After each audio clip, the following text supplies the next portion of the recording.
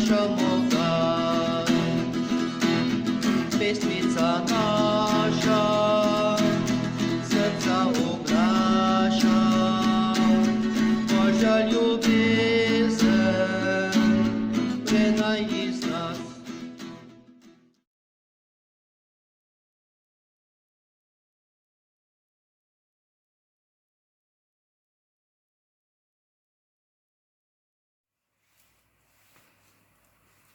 Dragi otroci, lepo pozdravljeni. Danes smo že 27. dan naših šmarnic. Pa začnimo s znakom križa. V imenu Očeta in Sina in Svetega Duha. Amen. Danes naslov današnje zgodbe se imenuje Pesnik, ki je pisal najlepše slavospeve. Saj veste, dragi otroci, da so pesniki ene vrste posebni ljudje.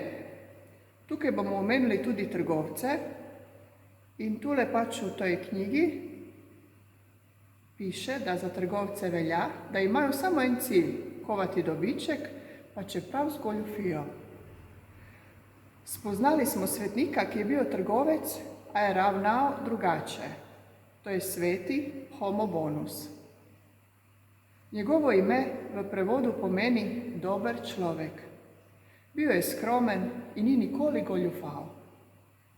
Vedel je, da je tudi poklic trgovca plemenit, če je trgovec plemenit človek.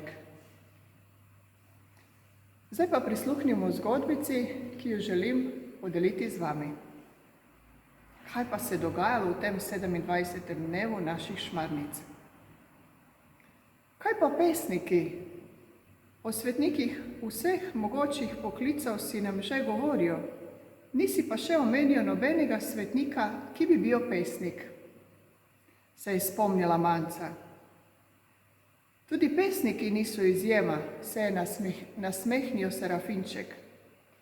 V nebesih so tudi svetniki, ki so bili pesniki, pravi umetniki in mojstri besede. Pa nam predstavi kakšnega, je prosila Tamara. Eden takšnih je svetnik, ki nosi ime Roman. S polnim imenom Roman Melodes. Melodes kot melodija se je posvetilo Petru. Lahko tudi tako razumeš, je pokimal Serafinček.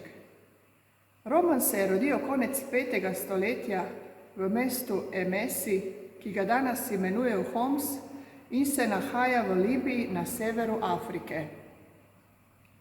So bili tudi njegovi starši kristjani, je zanimalo Petra. Ne, njegovi starši niso bili kristjani, temveč Judje. Toda Roman je spoznal Jezusa in se dal krstiti. Po spreobrnitvi se je v Bejrutu, glavnem mestu Libanona, izobrazil in postal diakon. Kaj je to, ni razumela Tamara. Preden je nekdo posvečen v duhovnika, je posvečen v diakona. To je kot predstopnja duhovniškega poklica. Nekateri pa postanejo stalni diakoni in to službo opravljajo vse življenje. Ne morejo maševati ali spovedovati, lahko pa v cerkvah vodijo besedno bogoslužje, pokopavajo, krščujejo in poročajo, je razložil Serafinček. Zatem je bil poslan službovati v cerkev Presvete Matere Božje v Carigrad. Kdaj pa je postal pesnik? Pesnik je bila radovedna Manca. To je posebna zgodba. Roman namreč ni bil od samega začetka nadarjen pesnik, kot nekateri drugi. Svoj pesniški dar je prejel med nekim božičnim bogoslužjem. Sedel je v zadnji klopi na koru. Božično bogoslužje in ubrano petje sta nanj delovali tako pomirjujoče, da je zaspal. Med spanjem pa je imel nenavadne sanje. Prikazala se mu je Božja mati, ki mu je podajala zvitek papirja. Vzemi zvitek in ga pojej, mu je ukazala. Roman je zvitek začuden vzel v roke in ga pojedel. Ko se je zbudil iz sanj, je šel k ambonu in zrecitiral čudovite verze svojega božičnega kondaka. Danes je devica rodila tistega, ki vse presega. Zemlja daje zavetje neizrekljivemu. Angeli so se pridružili slavljenju pastirjev in modri so sledili zvezdi. Rodilo se nam je novo dete, ki je Bog pred vsemi veki. Roman je napisal okoli 1000 kondakov. Kaj je to kondak? To besedo prvič slišim, je Tamara prekinila Serafinčka. Kondrak je liturgična hvalnica. To so pesmi, hvalnice, ki jih berejo ali prepevajo pri slovesnih mašah. Razumem, je pokimala Tamara. Takrat je postal pesnik? Da, od tistega božičnega večera je Roman pisal pesmi, v katerih je hvalijo in slavijo Očeta, ki je v nebesih. Te pesmi so bile tako veličastne, da so ga nekateri poimenovali krščanski Pindar. Kdo pa je bil Pindar, mu je Tamara spet skočila v besedo.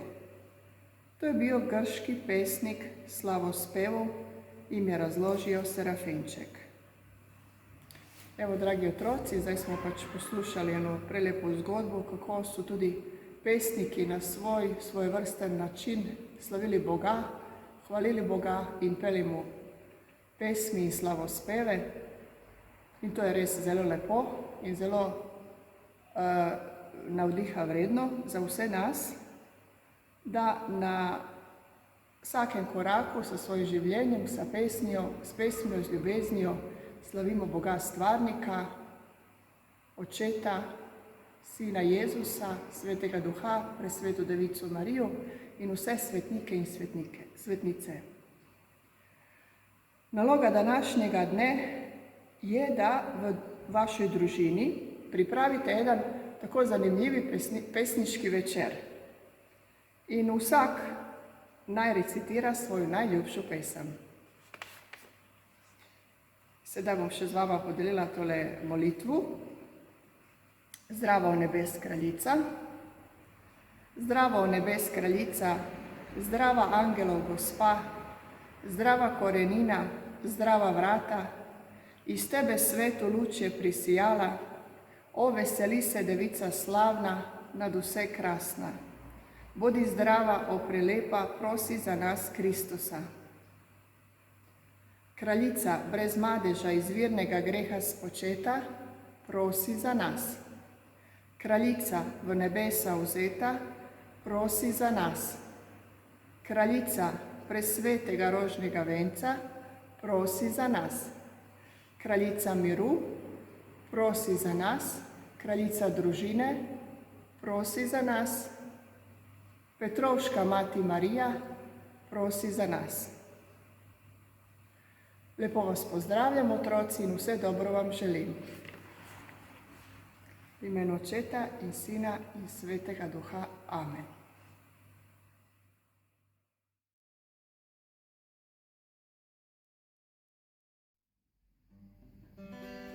Pesem vesela naj Gospoda slavi. Aleluja, aleluja. Na mi zapojte pesem radostno si.